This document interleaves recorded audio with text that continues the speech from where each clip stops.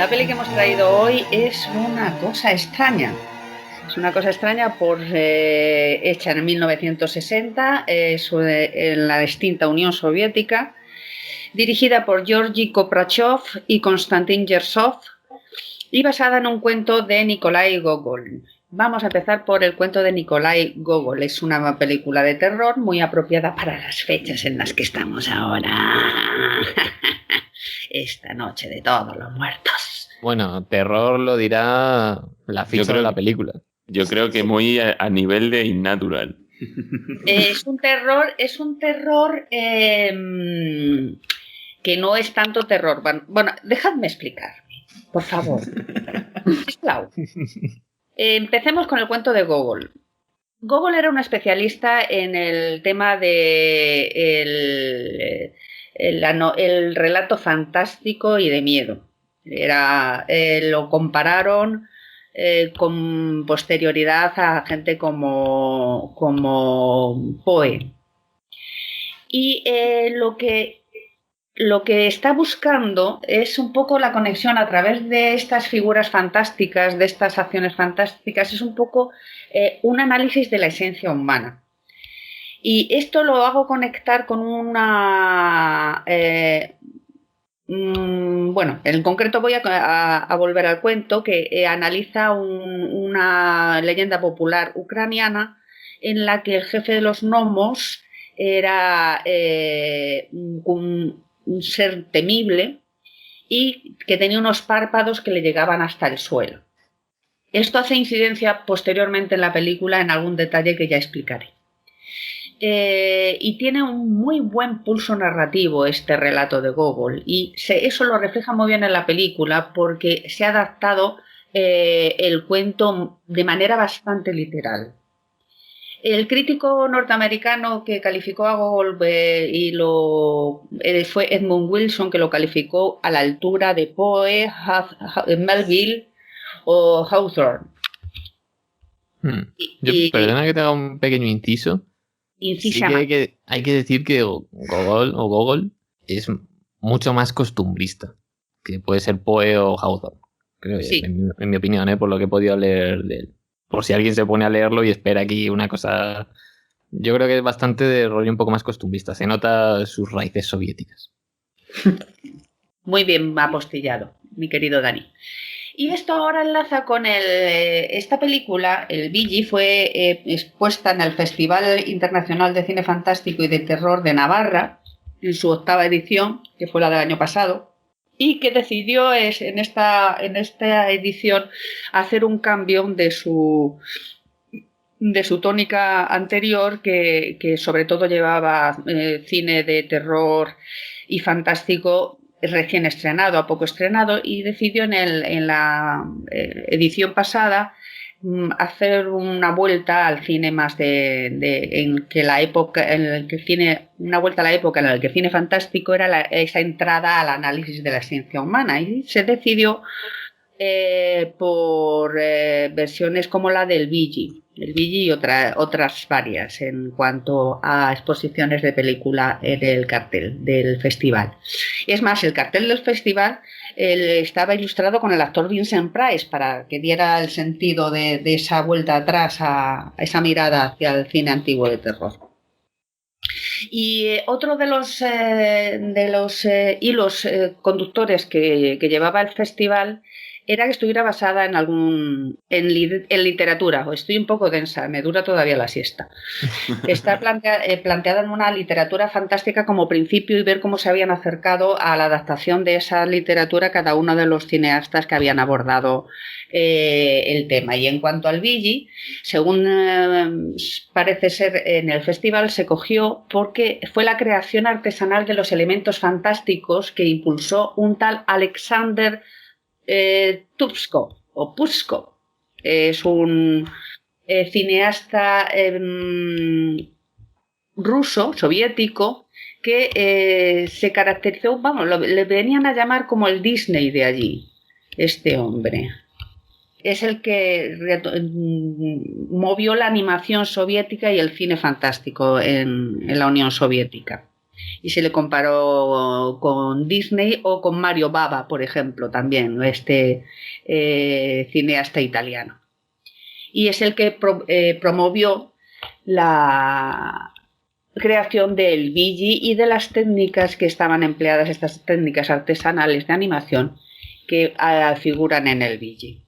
Poco más. Otra cosa que muestra la película, no voy a entrar ya más en la película, está hecha, creo, no estoy segura, si está hecha por un grupo de estudiantes. Wow. Ya, no sabía eso. Me han matado. ¿Por qué lo dices? Lo digo por el principio de la película. Luego no lo volví a ver. El inicio de la película, los títulos de crédito y demás. Del inicio de la película parecía que no me fijé. Pensé ver eso y creía que me iba a corroborar algo.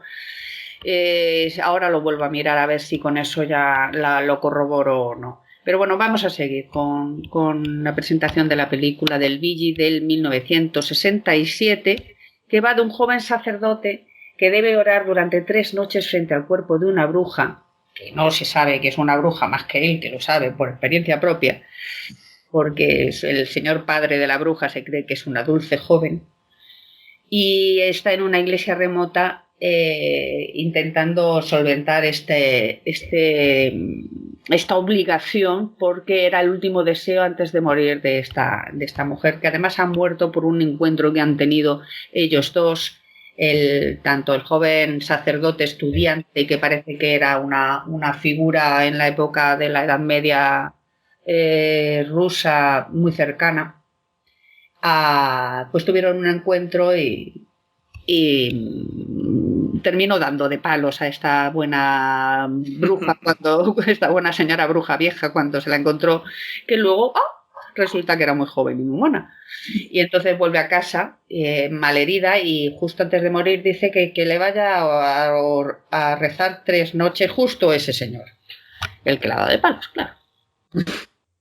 Y ahí es en la trama de la película. Es un viejo cuento en el que enlaza con la brujería y con el poder que tenía la brujería sobre estos gnomos y el Vigi. El Vigi era el jefe de los gnomos.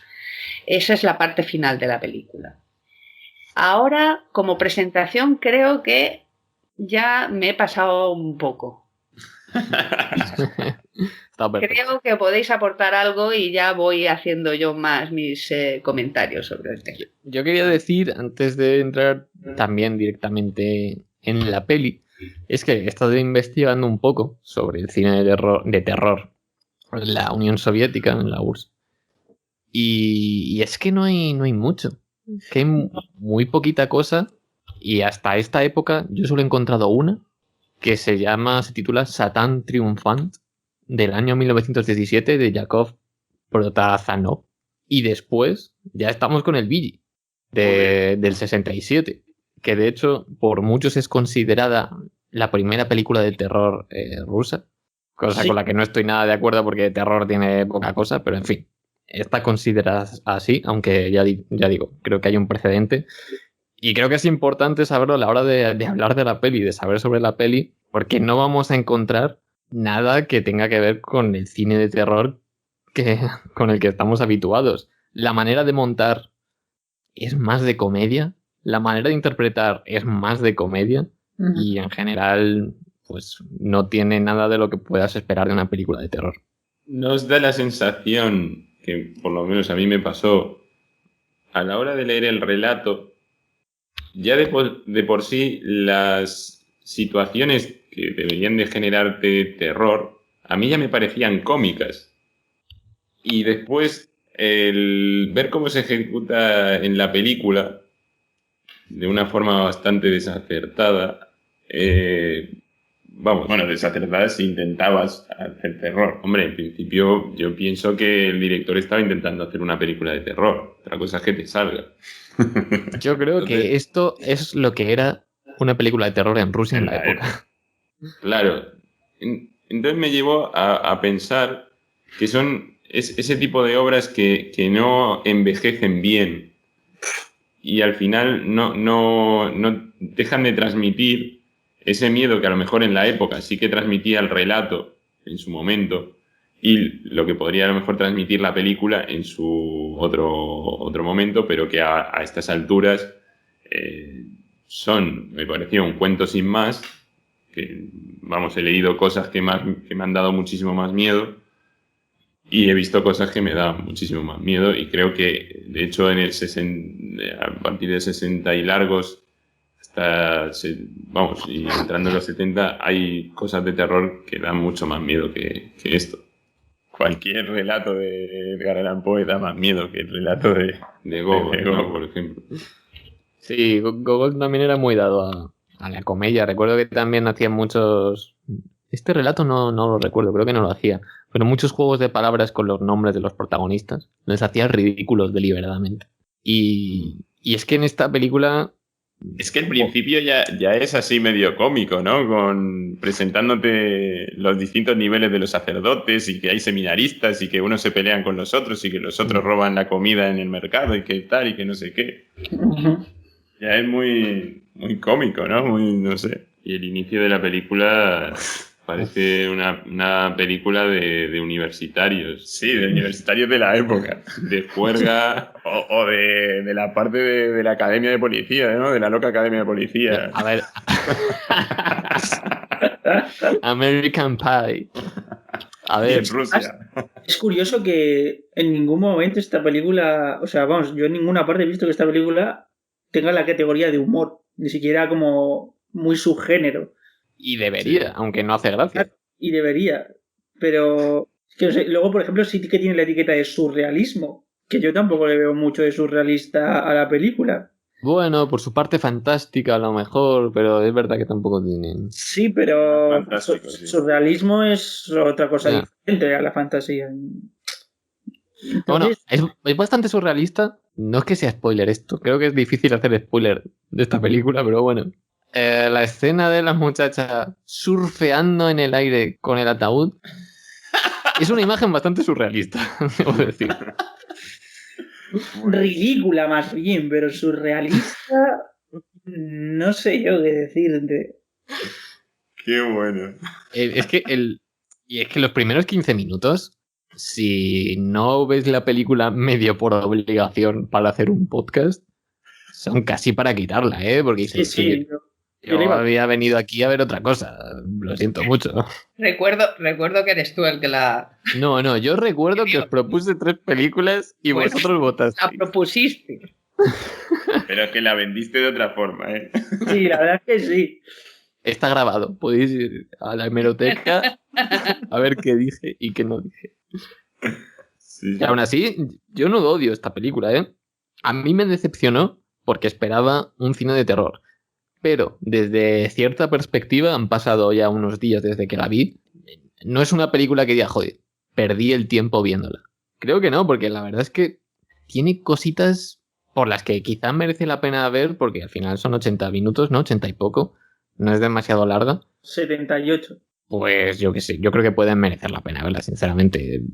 Por ciertas imágenes, además es curioso cómo está rodada, es muy rusa en ese sentido. Hay muchas películas de la época así, con ese tono muy gris, sí, que a veces parece que es un fondo pintado, por ejemplo, el cielo. De hecho, no lo es. Que a veces sí que lo es. Claro. ¿Tú crees? Es que a mí yo también lo pienso, Toda la película me da la sensación de que está pintada y luego hay personajes que interactúan con cosas y digo, coño, que no estaba pintada. Yo creo que hay exteriores, interiores, que está muy bien cuidado el color y que no se diferencian en cuanto a eso, pero que hay interiores en la que se ve el fondo que es muy, muy estático, que no hay ese movimiento sutil que hay en los exteriores, pero que existe, que ves que hay, que se está afuera y que es, de hecho, tiene un punto muy, muy de puesta en escena teatral.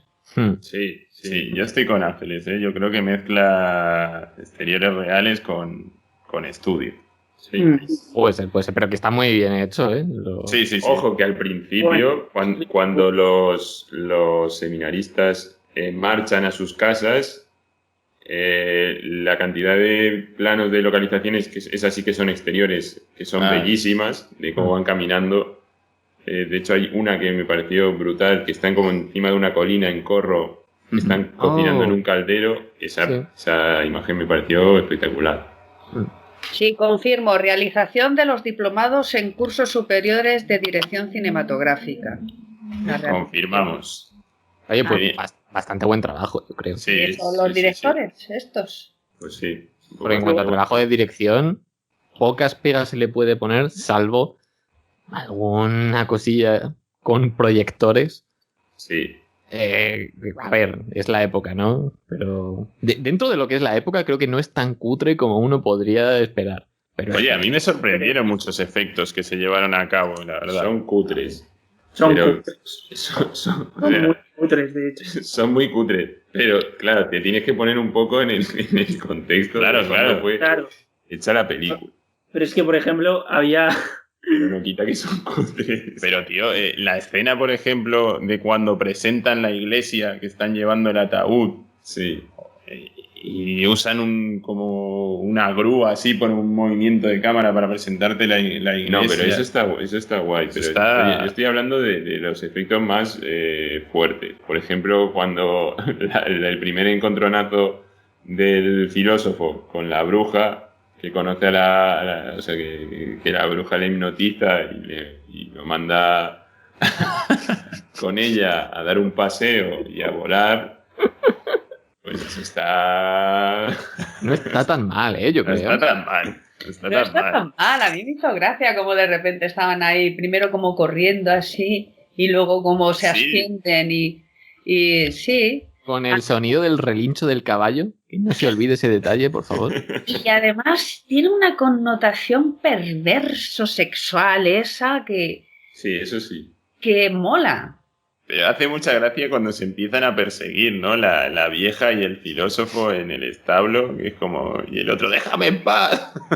¡Déjame salir! Que el punto cómico no está soslayado en el planteamiento de la película. Creo que está muy presente. Lo que no lo han puesto presente es en las etiquetas de Film Affinity, pero yo creo que en el planteamiento de la realización de la película sí.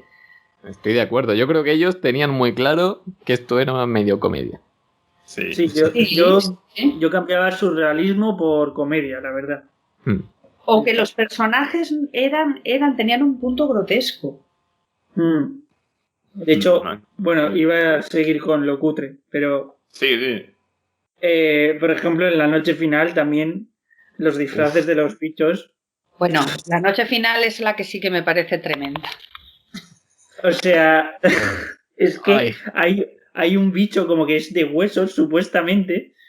Madre mía. ¡Hostia! Ya ves. Sí. Madre del amor hermoso, para matarlo. Lo ponen como en un fondo negro, pero se nota muchísimo que hay alguien metido dentro de un disfraz negro y que se mueve así muy raro. Yo me jarté a reír y decía, no puede ser.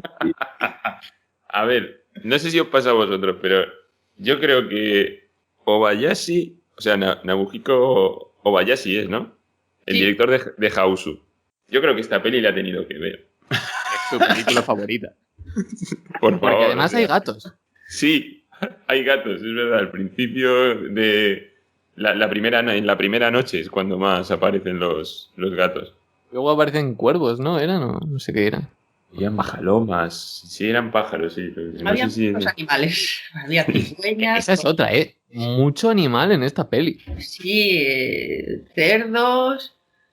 Caballos, planos de vacas que no vienen a cuento. Planos de vacas. Eso me llamaba la atención, Sí. Mucho, porque era como algo que metían muy exprofeso, de repente la vaca mirando. ¿Sabes? No como en la de Burning. Cuando se despide de la vaca. Sí. Pero antes de meternos tan bueno, ya nos hemos metido y le hemos dado de palo. Yo quiero sacar lo positivo de la película. O sea, yo creo que tiene escenas que están guays. Por ejemplo, aparte de cuando llevan el ataúd y presentan la iglesia donde tiene que orar, las conversaciones... creo que la última conversación que tiene con el padre está muy bien rodada. No está mal actuado por parte del protagonista también. La escena en la que se pone a bailar a mí me hace mucha gracia. Eso me partía el culo. Es que no venía a cuento de nada. Ya, o sea, pero me hace gracia. Sí, viene a cuento. Sí que viene a cuento. ¿Sí? Viene a cuento, porque el hombre, además es el tema principal de la película, el hombre se caga de miedo y está intentando huir de su miedo toda la película. Claro. No, hombre, ya, pero ¿por qué se pone a bailar? Porque busca la distracción. Busca distracción, busca evadir un poco el estar continuamente lo que le queda del día, pensar, ahora tengo que volver a pasarme toda la noche con una bruja metido. Esa tensión tremenda y ahora está desbocado. Yo veo a una muchacha surfear el aire con un ataúd y no me pongo a bailar. Me voy llorando. Tienes que buscar mentalizarte para volver. Claro, pero vamos a ver, Dani. Por eso se repite mucho el comentario de que soy un cosaco. Los cosacos no tienen miedo. Eso sí me gusta. Mucho. Pues voy a beber como un cosaco y a bailar como un cosaco. Y a cantar como los cosacos. Que a ver si soy un cosaco. Bueno, eso es verdad. Eso es verdad. No lo había visto desde ese punto. No hacen nunca. Yo, mira, sinceramente, no sé si vendrá a cuento o no, pero el baile es lo mejor de la película. O sea, a mí me sustituyen en la película por un corto del baile y yo soy feliz. O sea, a mí en me hubiera bucle, gustado. ¿no? El baile en bucle. O sea, pero es que además el tipo baila muy bien. Es borracho. Dificilísimo de hacer eso. ¿Ya? O sea, porque además es que se nota que baila borracho, ¿sabes? O sea, en la actuación se refleja muy bien el hecho de que está borracho. Yo creo que grabaron todos la película borrachos. También es posible. No paraban de hablar de vodka. De hecho, bebían todo el rato. En realidad, la última escena, que es cuando aparecen esos dos clérigos ahí pintando, ¿no? Arreglando una pared. Eran los que acompañaban al filósofo, era el retórico, ¿no? Y el teólogo. Bueno, el que en el cuento se explica muy bien, en el relato de Gogol se explica de entrada que es algo muy anacrónico ahora, porque no es que fuera un filósofo, es que eran los distintos nombres que se daban a las distintas fases en las que estaban de estudio, ¿no? Entonces, como se debían de dedicar primero a la gramática, luego a la retórica, luego a la filosofía, y así, pues, dependiendo de la etapa estudiantil en la que estaban, se les llamaban según la asignatura o la temática principal. Y en este caso el joven, que era un joven estudiante, se debía de mezclar mucho los estudios generales con los estudios religiosos, por eso era un seminario, eran seminaristas, o sea, podían terminar haciendo teología y ser sacerdotes o no, supongo, porque tenían orígenes distintos. Y en la etapa en la que estaba el protagonista era el de la filosofía, por eso le llamaban a todos le llamaban filósofo, pero era como decir estudiante de una determinada edad. Pues yo creo que la escena final resume el rodaje, es decir, están ahí como medio trabajando, dándole tragos de vodka y luego llegan por detrás los profesores, que llega, digamos, así, ¿qué estáis haciendo? ¿No? Aquí trabajando. Sí. Vale, y siguen. Pues igual. A ver cómo están estos chavales. Esconden rápido del vodka, venga, sigamos rodando, por favor, ponte a bailar. Se van los profesores, va, a beber un poquito. Esa es la escena final cuando ya ha culminado toda la historia del protagonista. Es, digamos, el epílogo, la conclusión de la... Que eran compañeros, se vuelve, digamos, a la zona de tal, los compañeros como reflexionan sobre lo que le ha pasado a él. Eso es. Sí, que no se pierda que el protagonista cree, en un momento, que uno de ellos se ha convertido en un tocón de madera. Es verdad. Al principio, sí, cuando están perdidos, antes de toparse con la bruja. Pero porque dice que está muy oscuro, ¿no? Él lo dirá, pero la imagen que estamos viendo... Ya, está muy claro. Sí, además, es como un poco... Está bien hilado, es como un preludio, ¿no? Que te va haciendo cuerpo de tema. O sea, en la temática que va a entrar es para que te resulte un poco más verosímil. Y de hecho, realmente, él es el único que está viendo a cómo se convierte la bruja en joven, el único que ve todo lo que ocurre por las noches, sí. Que bien podría ser producto de sí mismo. Sí, y de lo que bebe también. Sí, a lo mejor... producto de su miedo. A lo mejor va por ahí la etiqueta de surrealista. A lo mejor. Yo es algo que pensé, pero es que tampoco se manifiesta muy claramente en la película, ¿sabes? Que sea una ensoñación propia del chico. No. Pero no una ensoñación, ¿no? Sino más... Bueno, sí. O sea, porque los sueños y todo eso sí que es típico del surrealismo. Entonces sí podía ir por ahí, pero tampoco lo yo. O sea, de hecho, en Filmin la etiqueta que pone es onirismo y surrealismo. En Film Affinity. No, en Filmin. Ah, sí. Sí, la peli está en la plataforma de Film. Es verdad, al final no la vi. Y claro, o sea, pero yo esto lo sé porque me lo etiquetan como tal, pero no porque en la película se me manifieste como tal. Claro, bueno, sí, al final... Además, la película no te da a entender en ningún momento que sea eso. Por eso. No, claro. Sí que creo que algo que más o menos sostiene la película es que, aunque sea una comedia, y aunque sea ridícula, en muchos momentos el concepto de pasar 3 noches con el cuerpo, que además es una bruja, sea una bruja o no, y a mí me mola. O sea, es que está bien, el cuento da para película de terror. Y sí que es verdad que cuando tenía que llegar una noche, a mí no me aburrió la película por eso, porque quería que llegase la noche en plan, a ver qué pasa, porque algo va a pasar. Claro. De hecho, el cuento ha dado para otras 2 películas de terror. Sí, eso había leído. En una anterior, en 1960, de Mario Bava, italiana, llamada La máscara del demonio, y otra posterior del 2006, rusa también, El poder del miedo, The Power of Fear, Evil, lo ponen en inglés, y por Oleg Fesenko, y están basadas exactamente en el mismo relato. Pero al final... No me fío de ninguna. Bueno, pero que el relato da para ello.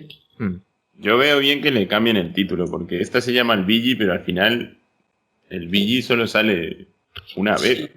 El Billy es lo que me tira a mí la película abajo. Es que es malísimo, ¿eh? El Billy es una cosa horrorosa. Es horrible. Pero mira, de verdad.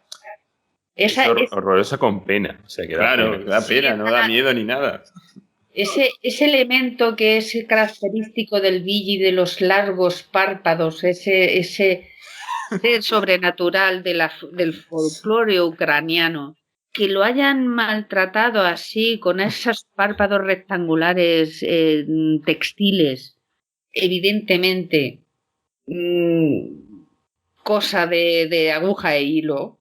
Es que, claro, la peli se titula El Billy, el cuento El Billy. Claro. No aparece en la sinopsis el Billy por ningún lado. No. Tú solo te crees que a lo mejor el Billy es, porque si no has leído ni te has interesado a lo mejor por qué coño es el Billy, dices a lo mejor el Billy es la bruja. Claro, yo pensé que después aparece el Billy ahí, que yo lo había buscado antes, entonces yo ya sabía que era el Billy y seguía preguntando, pero ¿dónde coño está el Billy? Sí.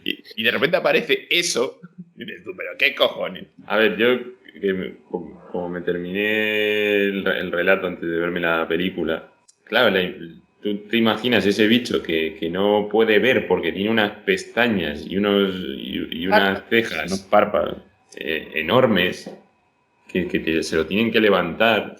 ¿Te imaginas una cosa súper desagradable que a la vez da miedo pensar ahí en los tipos levantando ahí los párpados para que el tipo pueda ver al bicho? Y dices tú, Dios, o sea, como hayan hecho esto como me lo estoy imaginando, madre mía, lo desagradable que puede ser. Y a la vez aterrador.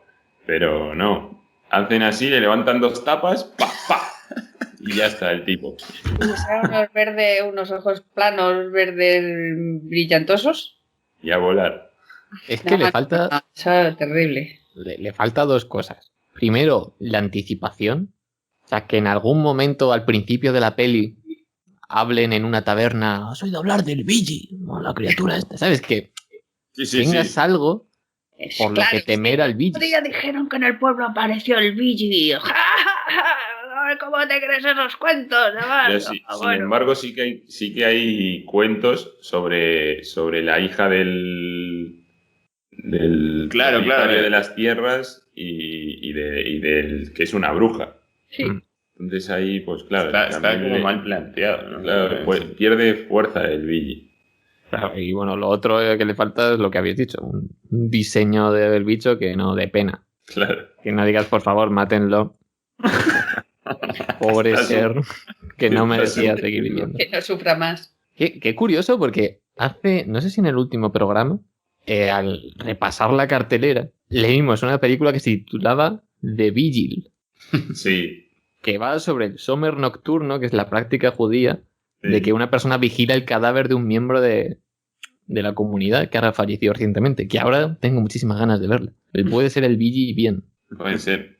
Y yo pensaba que por el parecido de título iba un poco por ahí la cosa, pero no, al final era un monstruo patético. En cambio, lo que funciona muy bien es el círculo de tiza que dibuja el filósofo. Y no te creas que hace falta que el círculo sea perfecto, ¿eh? Claro. Sí, pero las 2 primeras noches genera un punto de tensión muy bueno. El círculo, como la difunta joven bruja intenta entrar y cómo se le ve, se paraliza ahí. Los movimientos en círculo, cómo generan el agobio de la cámara también, la aceleración, la música como la secunda también. Tiene sus momentos. Yo he de reconocer que la bruja no genera prácticamente miedo por los movimientos que tiene. Al principio son súper absurdos porque parece que ni ve al personaje, que se va como chocando con todo. Hace mimo. Después se pone a hacer mimo. Que la primera vez que hace mimo me parece que lo hace bastante bien. Muy bien. Sí. Porque da la sensación de que como que hay una pared de energía divina que le impide pasar. Y emana del círculo de protección que se pinta. Claro. Una cosa que iba a decir, la primera vez que pinta el círculo, se nota que el círculo ya se había pintado previamente. Sí. Es verdad, pero muchísimo. Eso le quita un poco de... Igual eran otras hijas de este hombre que ya habían llamado a era que las tomas eran anteriores, también se había hecho el círculo. Yo prefiero pensarlo. Claro, luego el pobre con miedo intentaba seguir la línea, pero no podía. Y le salió ya un círculo, vamos. Bueno, y también el tomar tanta aguardiente o vodka también te perjudica. Yo, fíjate que creo que iba más por darle una continuidad a que cada día iba más borracho, porque si os dais cuenta cada vez hace el círculo peor. Sí. Y yo creo que lo marcan a posta para que el círculo que dibujo en la primera noche sea como lo más perfecto posible y se vaya notando más esa progresión. Porque sí que es verdad que en las otras dos noches no se nota tanto eso. O sea, vamos, no se nota. No, y hay un momento con el ataúd flotante, como que lo golpea al círculo, que es que está como a 1 metro del círculo donde está golpeando. Está muy mal calculado eso. Sí, la verdad que sí. Y la música no está mal. Tenía algún momento, en el momento del primer círculo que ha dicho Ángeles, justo con lo de la música también, es como, me sonaba a la banda sonora de Ennio Morricone de la última esta de Tarantino, que le hizo la música. Fíjate.